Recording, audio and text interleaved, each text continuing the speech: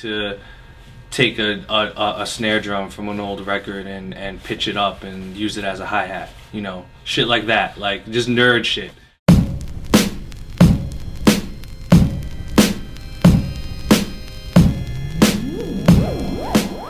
Yo, what's good? It's your boy llmind, producer from New Jersey, out here in Brooklyn now, representing.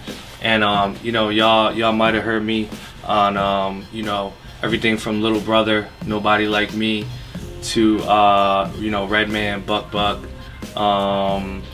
50 Cent, Queens, you know, Make a Movie, to, you know, Sky Zoo, Speakers on Blast, and the whole Live from the Tape Deck album, and more recently my instrumental album called Behind the Curtain. So I just been kind of, you know, dipping where I fit in, you know what I'm saying. Title Behind the Curtain was a title that stuck with me for like 4 years now, and I knew it would manifest into some kind of title of some sort, and also on top of that, I've been wanting to put out an instrumental album, but I didn't want to put it out in the typical way where, you know, I put it together, I put it out, and people kind of forget about it.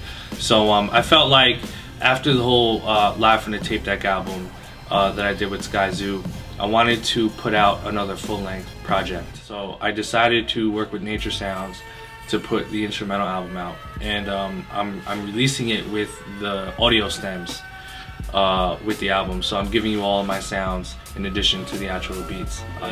I wanted to really kind of show the die-hard producer, DJ fans out there, I wanted to kind of give them an inside look on the different techniques that I like to use when I'm making beats. I have a really high appreciation for the different techniques of how you make beats. Everything from how you EQ your drums to, you know, how you sequence your sounds and how you layer different kick drums and snare drums together. So I wanted to give the audience an opportunity to kind of dissect how I do it and what I do.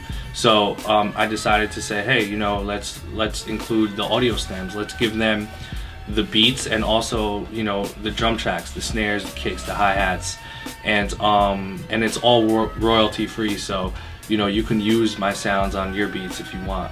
You can, DJs, you can mash them up with different, you know, records and things of that nature. So it's kind of a cool little extra thing that I wanted to add to the project. I'm approaching this in a way where it's part of my brand. I'm realizing that, you know, a large percentage of my fan base is producers, aspiring producers. So I'm tailoring this project specifically to the up-and-coming aspiring producers to really just kind of understand where I'm coming from.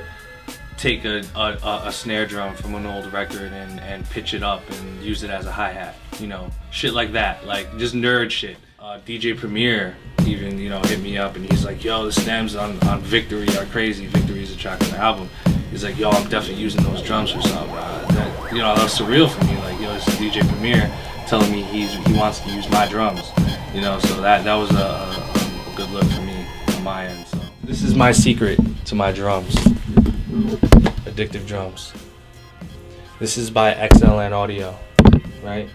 And it's a MIDI VST program of a live drum kit, but you can get in there and you can basically tweak the snare. You know, you can tweak the microphone on the snare. You can tweak the overhead mics, and there's over 200 drum kits on this. How is that different from battery? It shits on battery. Sorry, battery, but AD is the way to go. I mean, battery's cool, but as far as the actual sounds and the ease of use and everything, addictive drums is the way to go.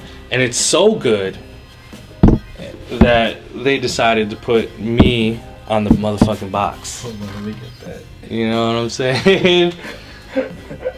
So you got your boy llmind on the box. So go to Guitar Center and pick up some you know, addictive drums. You know, 'cause if you look in the back, you see, who knows, you might see a custom llmind drum kit in addictive drums one day.